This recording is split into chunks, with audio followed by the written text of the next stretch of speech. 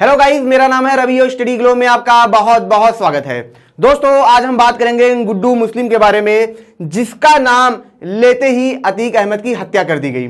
जैसे ही मीडिया वालों ने उनसे पूछा तो अतीक अहमद ने कहा, भैया गुड्डू मुस्लिम, तुरंत ठा गोली चली और उनकी मौत वहां पे हो गई। लेकिन आखिर ये गुड्डू मुस्लिम है कौन और क्यों इसे बमबाज कहा जाता है, इसको हम समझेंगे। देखिए, सबसे पहले हम ये समझ लें, जो उमेश पाल हत्याकांड हुआ था उसमें गुड्डू मुस्लिम का बहुत बड़ा रोल था। ठीक है, आपने देखा होगा जो बमबारी की गई थी उसमें इसका बहुत बड़ा रोल था, जो असद के साथ हुआ था। असद तो मारा गया लेकिन ये फरार था। अभी खबर आ रही है कि ये पकड़ा गया है, महाराष्ट्र के आसपास कहीं से इसको पकड़ लिया गया है। ठीक है, लेकिन आखिर ये गुड्डू मुस्लिम है कौन, इसका इतिहास क्या है और कैसे ये इतना बड़ा गैंगस्टर बन जाता है और क्यों इसे बमबाज कहा जाता है, मैं आपको बता दूं। इसके बारे में एक कहानी चर्चित है। कहानी क्या चर्चित है कि यह मसाल लेके जेब में चलता था और जाते जाते ऐसे भागते भागते बम बना के फोड़ देता था। इतना ज्यादा था, जैसे घर में क्या होता है कि आपकी शादी पड़ती है तो बार बार आप एक ही टेंट वाले को बुलाते हैं, वैसे इसके साथ था। जब भी कहीं बम फोड़ना होता था तो इसको ही बुलाया जाता था, मतलब ये फिक्स बम फोड़ने वाला था। ठीक है, लेकिन आखिर ये अतीक अहमद के गैंग में कैसे आया?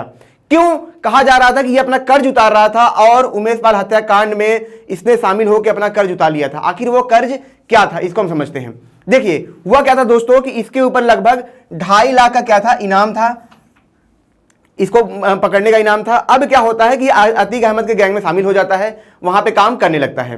काफी वक्त तक ये काम करता है। ठीक है, वहां से पैसे कमाता है और उनके हिसाब से ही काम करता है। अतीक अहमद साथ ही जुड़ा हुआ होता है। फिर क्या होता है, एक बार दोस्तों ये बीमार पड़ जाता है और बीमार इतना ज्यादा पड़ जाता है कि मरने वाली हालत होती है। उस वक्त जो अतीक अहमद होते हैं इसकी बीमारी में लगभग 8 से 9 लाख रुपया लगाते हैं, जिसकी वजह से गुड्डू मुस्लिम उनका एकदम वफादार हो जाता है और एक कर्ज के तले दब जाता है, एक एहसान के तले दब जाता है। और फिर क्या होता है कि यह एहसान उतारना चाह रहा था, तो यही उमेश पाल हत्याकांड में शामिल होके बम फेंक के मार के इसने अपना क्या किया था, कर्ज उतारा था। लेकिन ये तो बात हो गई कि अभी की जो बात हो गई, लेकिन आखिर ये इतना बड़ा गैंगस्टर बना कैसे, इसकी शुरुआत कैसे हुई? देखिए, इसकी शुरुआत जो होती है ना, लखनऊ यूनिवर्सिटी से होती है। आपको पता है 1995 में क्या था, लखनऊ यूनिवर्सिटी में जब चुनाव होते थे उस दौरान आपको पता है गोली चलती है, बमबारी होती है। तो जो बम फोड़ने में क्या था, जो गुड्डू मुस्लिम था, ठीक है, ये बम फोड़ने में ना एकदम माहिर था। आपने देखा होगा न्यूज में कि चुनाव के दौरान क्या हुआ, बम फोड़ दिया गया, यहां पे बम फोड़ दिया, वहां धुआं उठ रहा है, यहां उठ रहा है। तो जब बम फोड़ने की बारी आती थी तो इसी को बुलाया जाता था, भैया आप आओ, मतलब एकदम यही इसका रहता था। तो आपको मैं बता दूं 1995 में क्या था, 2 गैंग हुआ करते थे लखनऊ यूनिवर्सिटी में। ठीक है, एक तरफ क्या था, अभय सिंह थे, ठीक है, धनंजय सिंह थे, और दूसरी तरफ कौन था, वीरू सिंह थे। ठीक है, तो यहां पे ऐसे 2 गैंग हुआ करते थे। इन्हीं दोनों गैंग के बीच में टकरार चलती थी और जब टकरार चलती, जब चुनाव आता तो इसको बार बार यहाँ पे बुलाया जाता, तो ये वहां से फेमस होने लगा। अब ये बम हमेशा मसाल लेके चलता था, जेब में, यहाँ जेब में भरा हुआ है, यहाँ जेब में भरा हुआ है, जहां हुआ ऐसे बनाया, बम से फेंक दिया।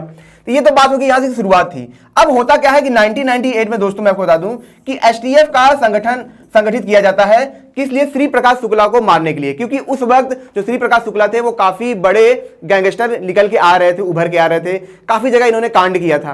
तो इसको मारने के लिए एसटीएफ को संगठित किया जाता है। एसटीएफ मतलब क्या होता है, स्पेशल टास्क फोर्स। ठीक है, जहां पे ऐसी गतिविधि होती है, जहां इनकाउंटर के लिए इनको ही लाया जाता है, क्योंकि ये स्पेशली इसीलिए ही बनाए जाते हैं।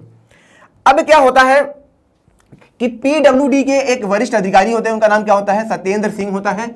ठीक है, सत्येंद्र सिंह जो होते हैं काफी वरिष्ठ अधिकारी होते हैं और उसी में क्या होता है, उन्हीं के साथ क्या होता है, ये गुड्डू मुस्लिम रहता है हमेशा।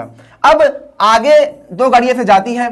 ठीक है, यहां पे आप देखेंगे एक गाड़ी क्या था, इसमें सत्येंद्र सिंह थे और एक गाड़ी में क्या था, गुड्डू मुस्लिम था।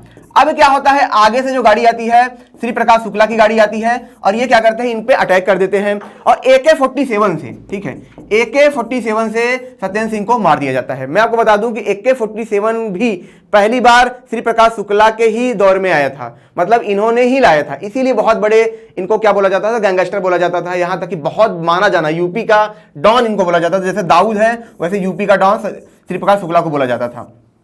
यहां तक कि लोग बताते हैं जो श्री प्रकाश शुक्ला थे सीएम तक को मारने की सुपारी ले रखी थी।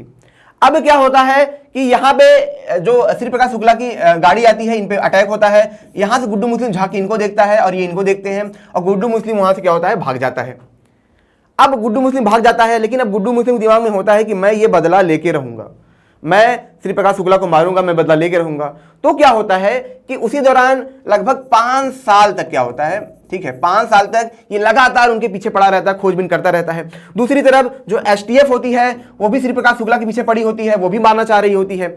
अब दोनों पीछे पड़े हैं तो एसटीएफ को लगता है कि एक काम करता हूं, अगर ये गुड्डू मुस्लिम के पीछे खोज रहे तो इससे एक बार मुलाकात हो जाए, इससे एक बार पकड़ के पूछा जाए, तो क्या पता हमको एक रास्ता मिल जाए कि आखिर श्री प्रकाश शुक्ला कहाँ है, क्योंकि इसने भी तो कुछ खोजबीन की होगी, खासकर गैंगस्टर है तो गैंगस्टर से मिलता रहा होगा और वो क्या करता होगा, जो जानकारी है निकालता रहा होगा। तो एसटीएफ क्या करती है, गुड्डू मुस्लिम से मिलती है 5 साल बाद और फिर पता चलता है कि जो गुड्डू मुस्लिम है वो कई सारे हत्याकांड कर चुका रहता है और एक तरीके से अतीक अहमद के संगठन में जाके जुड़ जाता है और हमेशा के लिए जुड़ गया रहता है।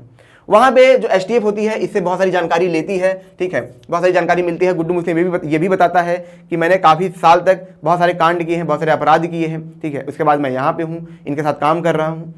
और उसके बाद एसटीएफ इन्हीं की जानकारी से, हो सकता है इनकी भी जानकारी इसमें हो, उसके बाद श्री प्रकाश शुक्ला का एनकाउंटर होता है। और इसी तरीके से आप देखेंगे 1995 से क्या होता है, बमबाज के नाम से फेमस गुड्डू शुक्ला धीरे धीरे कुख्यात जो कुख्यात गैंगस्टर हैं जैसे अतीक अहमद हुए, बड़े बड़े गैंगस्टर के साथ जुड़ के ये काम करने लगता है, उन्हीं के लिए परमानेंट काम करने लगता है। अब क्या होता है, यहाँ पे फिर उमेश पाल हत्याकांड होता है, ठीक है, वहाँ पे बम फोड़ता है, पहले 2.5 लाख का इनाम था, उसको बढ़ा के कितना कर दिया जाता है, 5 लाख का इनाम कर दिया जाता है। और उस इनाम के बाद अब इसको पकड़ा गया है। अब देखिए इसका क्या होता है, हालांकि हमको पता है कि जो अतीक अहमद थे, उनके भाई थे, उनके बेटे थे, इन तीनों का एक तरीके से मौत हो गई है, एक एनकाउंटर से हुआ है, और उनके जो अतीक अहमद थे, उनके भाई थे, उनका किससे हुआ है, कुछ लोगों ने उनकी हत्या कर दी है। तो ये सारी चीज़ें हैं। तो एक चीज़ और भी है दोस्तों कि इसका कोई भविष्य नहीं है।